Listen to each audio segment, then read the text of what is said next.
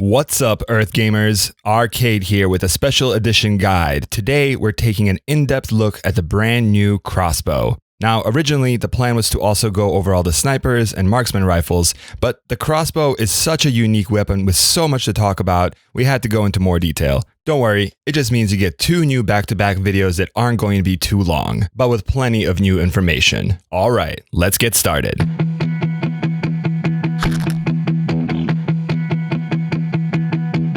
First, how do you get the CROSSBOW? Well, you definitely don't get it by selecting yes on this screen. If you see this, just hit no, let it install some more updates, and restart your game. Then you'll be fine. So you can actually unlock it by getting 5 kills with marksman rifles in 25 different games. But apparently that's also somewhat bugged as well. So you can also just spend 1200 COD points to buy this one, which starts you off with some really nice attachments for sure. So what's so cool about this bow? Well, apparently nothing according to everyone I've heard from. But the CROSSBOW is supposedly a one-shot kill. So let's see if that's true. It does a base 300 damage to the head. Wait, really? Is that a mistake? No, I guess not. It really does 300 damage. Okay. Well, now a little more normally, it does 120 damage to the chest, 101 to the stomach, and 91 to the limbs. So it's more or less a one-shot kill everywhere but the knees. It has some really unique properties though. First, there's no actual damage drop-off. The bolts do the same damage at every range we could test. But what you have here is some serious impact to velocity of the bolts. At its base, the bolts stay very accurate right up to the 20-meter range. While we could show the numbers for potential extremely mathy velocity, we think it's much more useful to have a visual idea how far a headshot is accurate, since there's only a couple of attachments that really have any effect on it. So, at its base setup, the velocity allows for nearly full accuracy up to 20 meters. But with the best attachments like the 28-strand cable and the Thunder 200-pound barrel, you can increase that all the way up to 42.5 meters for a sweet long-distance kill. I was really surprised how far the headshot was accurate here, but keep in mind, there is a lot of travel for the bolt compared to any of the other bullet velocity stats for the snipers. So you have to lead the shot a bit more than a sniper. Not terribly too much though. After a few games, we all got used to it pretty damn quick. Now, of course, you can make the velocity worse, so there better be some good reasons to do that. Right down to the 12.5 meters using the Fury explosive bolts attachment. Yes, this weapon comes with explosives too, which change the damage output in a couple of ways. Compared to the base stats, here we see 270 to the head, yes, still killing them almost 3 times over, but we drop down to 108 to the chest, 90 to the stomach, and 81 to the limbs. Minor changes, especially when you consider the immediate explosive damage does a whopping 109 damage when stuck directly, so none of those really matter in that scenario. But if you're not stuck directly and it blows up right next to you, it will still do a solid 109 damage, but that starts to drop off really quick, depending on how far you are from it. You might get the kill if it goes off right next to someone or you're all in a tight corridor like a cave or a hallway, but after around 5 meters, it will do less than 100 damage, which means you'll need to follow it up with something. Keep in mind, these do damage to you as well, so you might die if you are way too close or someone runs right at you with it. My instinct was to melee people, which works really well, but the bolts still blow up. With the explosives, you'll be better off running something like a shotgun or SMG to quickly switch and finish someone off as you run towards them, or in case you need to back up.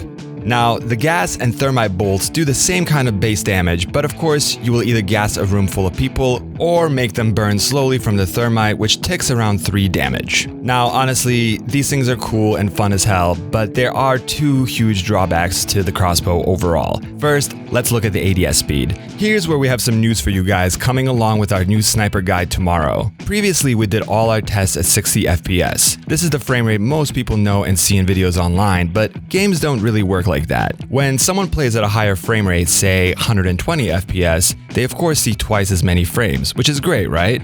You hear about how it's easier to hit shots at higher frame rates because it's supposedly more accurate. Now, that works for ATS speed as well. You see, at 60 frames per second, you see a new frame every 16 milliseconds, 0.66666 repeating. But at 120 FPS, you see it about every 8.333333333 milliseconds. So that means you could potentially see something you're looking for up to 8 milliseconds sooner if it happened near the beginning of the frame. These numbers should sound familiar to all the ADS and TTK talk we've done before, right? Well, in preparation for our Hey Potato COD Assistant app, which is going to have a detailed attachment tester, I needed to get results that were much less than 16 milliseconds apart from each other. The app is meant to give you a direct representation how each attachment affects a weapon, so we had to get the most accurate weapon numbers possible and not have everything be in 16 millisecond increments, which is why a lot of the times you see numbers like 0.333, 0.267, 0.250, and so on. Well, we'll go into more details here in tomorrow's video, but what you should know is that we worked tirelessly to get to max FPS for these new guides. The game seems to max out at 300 frames per second, but at those high frame rates, even something like scoping into a sniper would dip 30 to 40 frames for no reason and then come right back up. These frame drops look even worse when slowed down and looked at frame by frame, so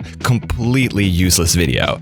So we had to find locations in game where we could keep the high frame rate as consistent as possible and then make it stable. I was convinced we would only get footage around 120 FPS, but the true goal for me was 200 FPS. Why? Well, remember how 60 and 120 FPS have that repeating decimal number? 16.666, 8.333 milliseconds? Well, that makes it even harder to get an accurate reading. At 200 FPS though, we would be seeing an update exactly every 5 milliseconds, which is much cleaner. But actually, we went even further and got it up to 250 FPS so we could see an update every 4 milliseconds. This is actually the best you can get because 3.33333 milliseconds would not be as useful and not nearly 3 either. So we'd really have to be shooting for 500 FPS to get that 2 millisecond accuracy, and that's probably not going to happen until the PS55 or the Series Xbox One X, One X Series X, or whatever the hell it's called. Now, the base ATS speed for the CROSSBOW is a pretty damn long 0.310 seconds. That's right around the AX and the HDR, but just a bit more actually. Still not as much as most of the LMGs though. Adding the best attachments like the Quill 100-pound barrel, the Speed Track stock, and the Speed Grip underbarrel, you will bring the ATS speed down to 0.235 seconds, which may sound good, but that's right around what the MK2 and EBR start off their base speed, and those are one-shot kills to the head too. So the other major drawback here is the reload speed. With just one bolt able to fire consecutively, it takes a full 4.181 seconds to reload another, giving it by far the lowest fire rate in the game so far. That's fucking insane. We're talking 8 to 10 times slower than the shotguns and 2 to 3 times slower than most of the sniper or marksman rifles in the game. But those don't have the option of explosive rounds or nearly infinite range, but with that crazy velocity. Still, the reload speed makes the weapon feel very clunky and heavy, even with running sleight of hand, which is an absolute must and drops the reload by a good 25% to 3.101 seconds. It still feels really slow. I really hope they tweak that because you can only have one bolt at a time. Now, I think the best way to use the crossbow will be in a semi-aggressive manner. Once you unlock the explosive bolts, you can use them to either push an enemy in a certain direction or try to hit them with some explosive damage, then switch to an SMG or pistol to finish them off. In some cases, you might even get a couple of bullets into them and have the explosion finish them off afterwards. It takes just a little over 3 seconds from the bolt sticking for it to explode, so it was helpful to keep that in mind with shooting the bolt and going for the follow-up shot, because there is almost no way you're not going to get destroyed with any normal weapon in that amount of time. So I highly suggest running sleight of hand and amp perks here for faster switching. Go for the attachments that help with velocity. Running both of them will give you a good boost, especially if you're running the explosive bolts, which cut it down by almost half. Well, hope you guys have fun with this thing. I anticipate some tweaks might be coming to it. It's powerful, but also in my opinion has the most drawbacks of any weapon so far. Well, that's it for this episode. The first beta of our COD Assistant app is available right now for our Patreons who get real-time access to our unfinished works in progress. The app is coming along really nicely though. Tomorrow we'll have the third update, which will bring in all the range stats for SMGs, pistols, rifles, and shotguns, including a bunch more attachments. We're listening to you guys what to add, so keep us posted. Also, there's a couple of you that signed up but haven't sent us any of your information, so please hit us up when you want to if you want to. If you'd rather wait for the final version, it should be out in app stores right in time for Season 2. You can check out the link below and sign up to know exactly when it comes out. Thanks for tuning in, folks. Like and subscribe if you're into that sort of thing. Arcade out.